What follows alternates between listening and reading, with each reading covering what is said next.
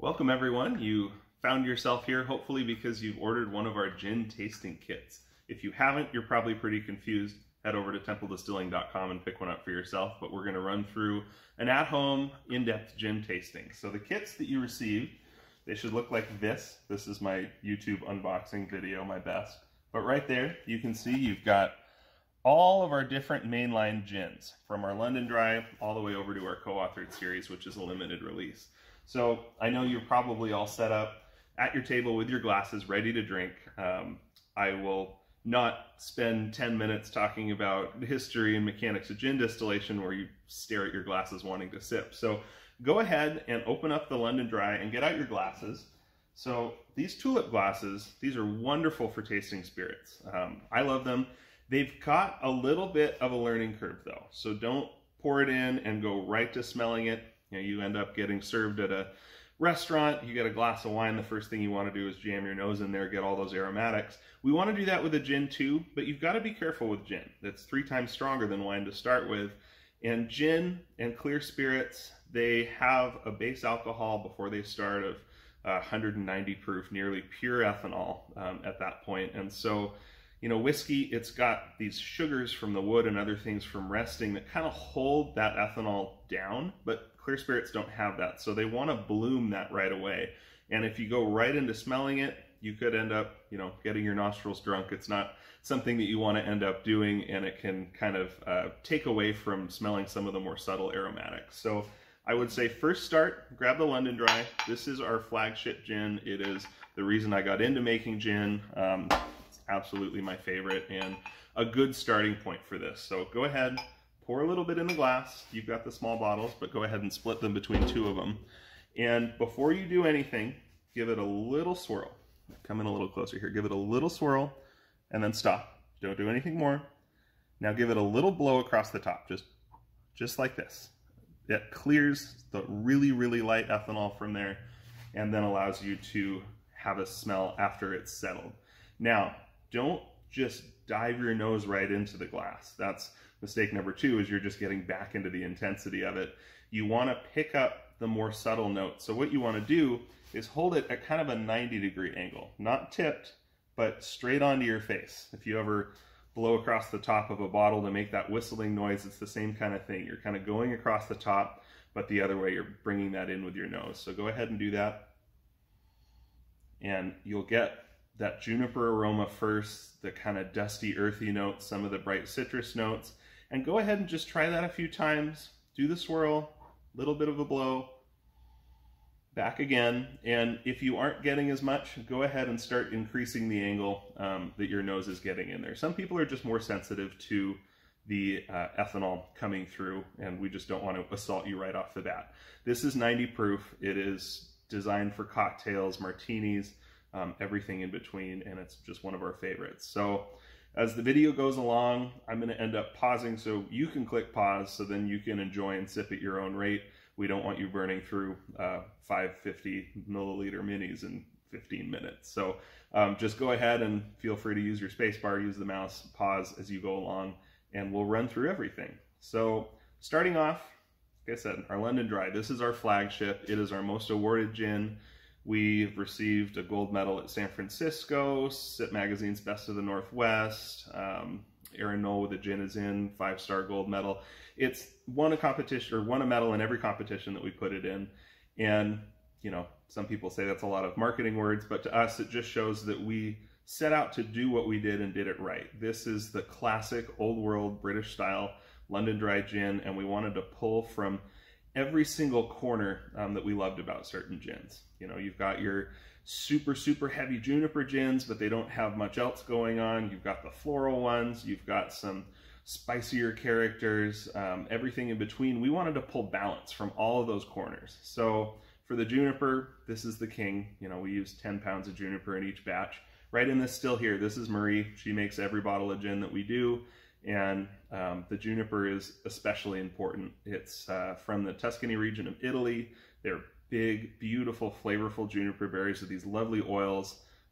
They are not the Northwest style. I get people asking us that because we do grow some juniper here in the Northwest. The problem is with our cold climate, these berries are small. They produce this really astringent, sharp oil, which that works for certain gins, but that's not really the style that we were going for with the London Dry. We wanted that just pure, almost like you popped a fresh juniper berry into your mouth, that taste to come through on the juniper side. So that's what you're gonna get all throughout the palette. We are able to soak our botanicals overnight in the still before we run each batch, which allows a lot of flavor integration, a lot of oils to come through. And I'll get into the distillation basics here in a few minutes. But the junipers first, we've got several different citrus elements in here.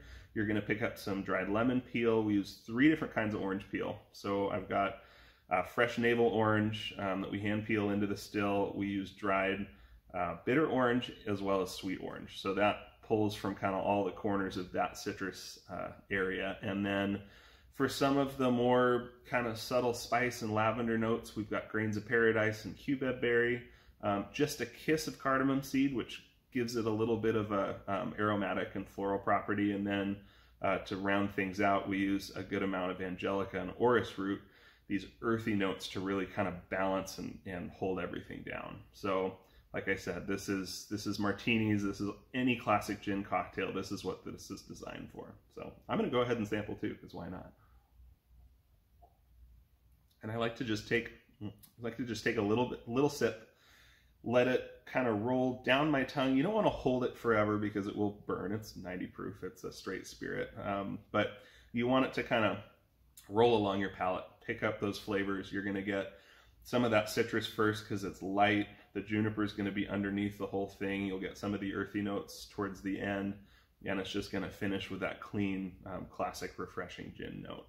So as we taste this, I will talk a little bit about distillation of gin. So distillation, I mean, in a nutshell, if you aren't familiar with it, you're simply boiling alcohol. You've got a base of alcohol in there, and it's part water, part pure alcohol. So we start at somewhere between 45 and 50% when we do our final gin run. Now, when you heat that up, alcohol molecules boil at a lower temperature, around 178 degrees, versus 212 that water boils at. And so you'll end up with the alcohol starting to boil while the water isn't hot enough to boil yet. So the vapor that starts to come off of what's in the still is pure alcohol vapor. And so that travels up the column. The copper helps kind of clean out impurities in the alcohol and in the ingredients in there. It's important to have it in the vapor stream somewhere for a good product. The vapor comes across over to this thing, which is called a condenser, and that vapor goes through there, these tubes, and around it are pumped cold water. It condenses that vapor back into a liquid, and it comes out here, which is where we collect it and then do the final resting and proofing needed. So that's distillation in a nutshell. Now with gin, you've obviously got botanicals. That is the main focus of gin. That's, in a very crude sense, gin is essentially a flavored vodka. It pains me to say that sometimes because flavored vodka has its own connotations associated with it, but that's what it is. You're flavoring it with botanicals, and especially a gin that's called a dry or a London Dry gin. 95% of what you're tasting should purely be the botanicals, not necessarily whatever was made to make the base alcohol. So that, with gin, if you're doing a bunch of different spirits and you're using the same still, this is somewhat common, although there's so many distilleries, which is just awesome, but we all kind of have a different way of doing things. When we started out, we just wanted to do gin. This is why you've got a gin tasting kit with 5 different gins in it. Right now, we only do the gins when we do a limoncello as kind of a special release with a gin base. But gin is our focus, it's our passion. I've always said it's the chef's spirit. I've been distilling the kitchen since I was 5, so the culinary side of it is why I got into doing this. And it's all about ingredient control and what you use and how you cook it. Whiskey, I've always said, is more like baking. You're limited to 3 or 4 ingredients by law that you can use. You go through the distillation process, but then 70–75% of the flavor you end up getting is from the oak. It's about how you bake it, how it rests. There's a lot less control. It's more up to Mother Nature. Gin is more like cooking in a kitchen. You've got to make sure you've got great ingredients, but it comes down to the chef and how they decide to prepare things. So for our gin, we wanted to use a slightly different approach with the still. So this is called a Bain-Marie. That's why we call our Marie. Instead of using direct steam coils or fire from underneath to heat it, this is an oil bath jacket around the outside. So it's full of waste vegetable oil. We heat it electrically. It's a soft, gentle heat. It's essentially a double boiler. If you do a hollandaise sauce, a béarnaise sauce, you know that you've got to have that double boiler, another bowl above boiling water to get that soft heat so that you don't end up curdling the egg in there. Similar thing with botanicals for me. I didn't want those botanicals to end up floating. You've got this nice fresh peel of orange. It finds a hot spot where the steam coil is. Suddenly it caramelizes, it burns a little bit, and you've got this astringency in the gin. This ensures that we get the cleanest, best taste possible. And touched a little earlier on other distilleries that are doing all sorts of different things. A lot of the times, if they've got one still, they don't want to be putting the botanicals in the still kettle. The reason is those oils will flavor the copper as it comes up the column, and you don't really want a whiskey that has a little bit of a gin taste at the end of it. So they want to keep all their products pure. You end up putting the gin botanicals towards the end of the vapor path. It's called a gin basket, and you get a lovely nose, lovely aromatics with that because the vapor is kind of passing through. If you've ever been in like a steam room where they've got eucalyptus, same sort of idea. You're getting that very nose heavy side of it, but you just can't quite get that same oil integration because the vapor passes so quickly through the botanicals. For us, we only do gin. I don't care if that copper is flavored like gin. That's all we're doing. So we're able to put the botanicals in the kettle. And because of that, I can do an overnight soak. We do 12, 14 hours, depending on what we're making, just to cold extract all the delicate oils. And then as it slowly heats up the next day, we get the rest of it kind of all coming together, coming through as a vapor, and then making that gin for us. So the process is very important. It's not as efficient. I could save a couple hours each day. Having a different still that was more, production focused just to crank out bottles of gin, that's not our focus. We want to do gin, we want to do it right. That's why we're here. So cheers on the London Dry. We will move to the Navy Strength here when you're ready. So go ahead and hit pause if you aren't ready, or if you finish the London and go, wow, I really want to taste what's next, keep watching. So we're on to Navy Strength. You're probably wondering, oh, is it called Navy Strength because you've got these big burly sailors that can only handle the high proof stuff? Well, it does have a history in sailing, and it's actually all the way back to the British Royal Navy. So the term comes from the specific proof, 114 proof. That is the flashpoint for cannon powder. So if the British sailors were to spill the gin that they kept in the casks next to where they kept the gunpowder for the cannons, they would still be able to use the powder and ignite it, and everyone was happy. So that's been the story for a lot of years. There's also a more likely truth in that it had to do with taxation as well.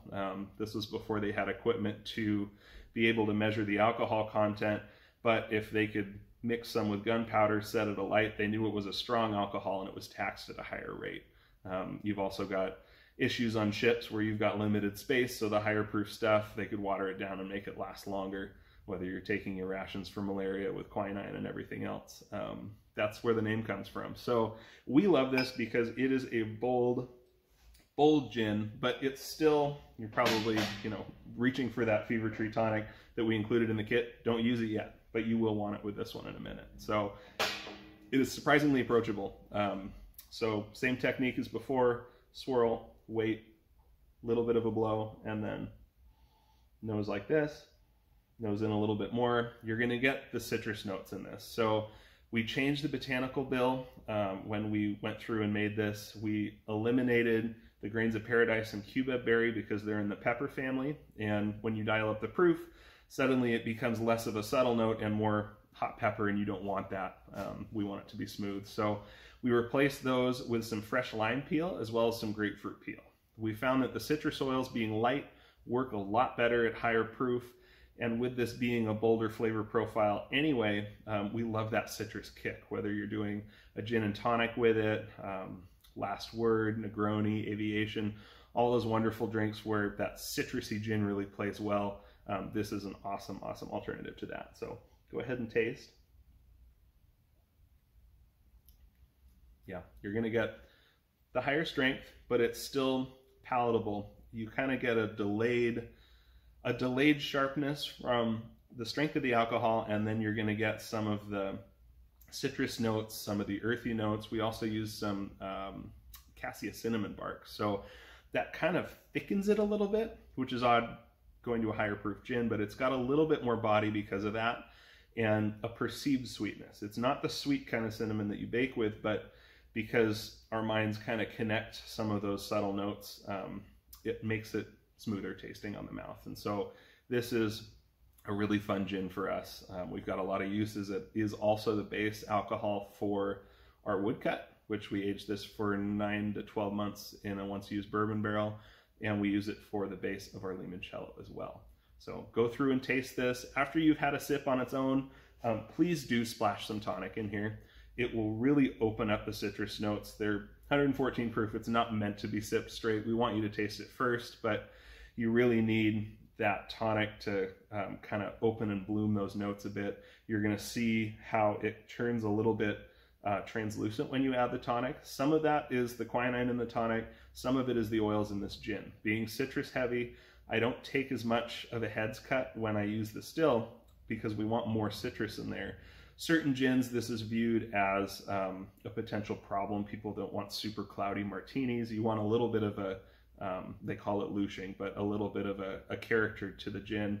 This one's got more because it is designed to be a citrus heavy gin, not necessarily use 2 or 3 ounces and make a dry martini. I mean, go ahead and knock yourself out if you want to do that, but it's a different style gin for this. So cheers, we're going to move on to Woodcut next. All right, so we're back to Woodcut. This is a gin that I love to taste right after you've done the Navy Strength, because this is the Navy Strength. We haven't changed anything. We simply put it in a used bourbon barrel.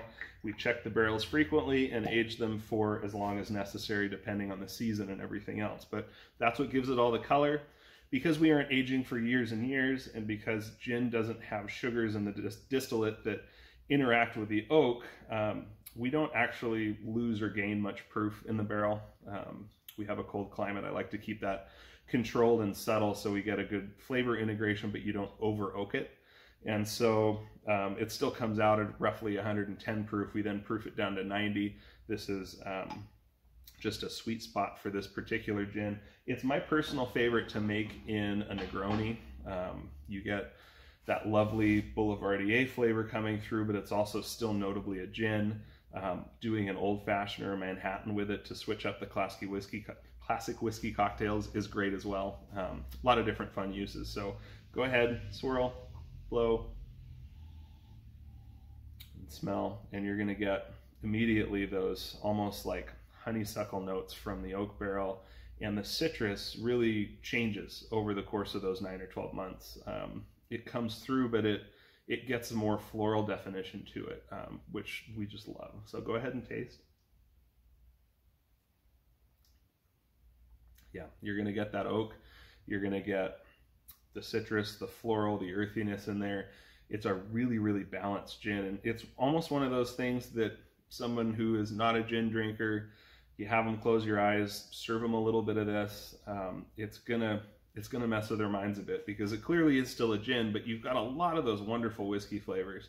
A lot of people ask us where we get our barrels from. Currently, we get them from 2 Bar Spirits down in South Seattle. Love their bourbon. We've got a great relationship with them, and the barrels are perfect. They're 30 gallon. They aren't the huge ones. They aren't the tiny ones. They just work great for gin aging. And this is just a special product for us. So go ahead, keep tasting and enjoy. All right, so you've had the Woodcut. Now we are switching gears and going back to a London Dry style. However, this is our constant reader. So this was a gin that we came out with in 2020. We'd all like to probably forget 2020, but here we are past there, and we came out with it as a product for on-premise, for bars and restaurants. We focused on having an affordable package, screw top, a 1 liter bottle. This is really designed to be that gin that you get in the standard house pours for cocktails at craft cocktail bars and things like that. But obviously things changed in 2020, right when we were about to release it. So this has just become a new product for us. It's really great for the home bar. It is a London Dry style, and you're probably wondering, well, what's the difference between the Chapter 1 London Dry and the Constant Reader? Mainly on the label, it's proof. This is down to 84 proof versus 90. And the distillation technique, we use kind of a more basic approach to the botanicals. We still use our same great quality botanicals, but we've pared it down and really just focused on the juniper, a little bit of citrus. We added some licorice fruit, just a really balanced, easy drinking gin. So go ahead and pour some. I know I didn't blow across the top. This one, because it is a little bit less intense on the proof, you can be a little bit more relaxed with how you taste it. But go ahead and have a taste. So you're going to see how this is just a really approachable, everyday mixing kind of gin. And it's, for the liter bottle, they're around 22, 23 bucks. So it's a great deal for what you get out of it. And surprisingly enough, you know, like I said, we went to go and sell this to our customers out of our tasting room when all the bars and stuff shut down. And it's been really well received. We sent it over to Sit Northwest's big Best of the Northwest blind tasting competition. We ended up winning the category with a platinum medal with it, which was super cool. So definitely, this is a gin to have in your collection no matter what, no matter who comes over. I hope you enjoy it. Thank you. Okay, last but not least, speaking of 2020, the last time we were at a bar, as we film this now, was about 4 days before the shutdown came down, and we were celebrating the release of our second volume of Co-Authored. So this is a cocktail competition that we put together a couple years ago. We've done it twice now. Gathered all of the Seattle, Washington area bartenders who wanted to participate. They had to come up with a cocktail using one of our gins, answer some questions, meet some criteria on things, and we ended up having a cocktail competition. So for this particular year, we ended up having a great turnout, a lot of entries, and we had the competition at the Gerald down in Ballard, and some really awesome cocktails were made. We had a judging panel of myself, Jacob, who won our first co-authored and helped me do this, the gin prior to this, and then Kristen from Sit Northwest magazine, and we went through almost kind of an Iron Chef style. We had a mystery round of an ingredient they had to use and come up with cocktails, but Jonathan ended up winning. Very, very talented mixologist. Definitely check him out. But this was a lovely gin to do, and we call it co-authored because whoever wins the competition, we've always got, you know, cash prize and bottles involved with it, but they get to work with me to develop and co-author a new gin. And we want to give them as much creative control as possible and really go kind of crazy with the botanicals. So Jonathan and I worked together. We did individual distillates, tasting things that we thought might work, might not work. Ended up settling on a really cool mixture of things. We've got some fresh curry leaves, some nutmeg, some lemongrass, pink peppercorn. You can find out info on our little handout sheet that tells you the specific botanicals. But the last thing we did was a very, very slight infusion of saffron after the distillation was done. Saffron can kind of overpower. It's a very expensive spice, but it has a really, really nice, almost dusty aroma to it. And we wanted just a subtle influence of that as we put this together. And so you weren't going to see it in your little bottle. The big bottles, you can kind of see a little bit of a yellow tint, but it's not the, you know, paella brightness of saffron that you're used to. But go ahead, smell, taste, and this is, you'll get all of those kind of wonderful Eastern spice notes out of it. People often ask what cocktails to do with this. I mean, I love a gin and tonic. I know it's always a go-to, but there are some really, really cool things that you can do. Variations on lemon drops or south sides, or just sip it neat. It's a higher proof than the London Dry, less intense than the Navy Strength. It's a nice sweet spot in between. And it's a limited run. We're still making it as of filming this, beginning of 2021. We'll likely make it through the end of this year as we plan what to do with the next competition. So keep an eye out for that. If you're a mixologist, we look forward to what's coming down the pike for that. So thank you so much for supporting us, for running through this tasting kit. This was kind of an alternative if you couldn't make it into our tasting room or live too far away, to kind of get the same sort of experience, learning about our different gins, about our distillation process. And we've got some fun things ahead. We're starting our whiskey project this year, which is in the building next door. big Scotch style still, some new fermenters, some cool stuff that's going to be a complete apples and oranges over here. We aren't changing the gin at all. Marie's still going to make the same gin for you year after year. So we hope you enjoyed this, and cheers.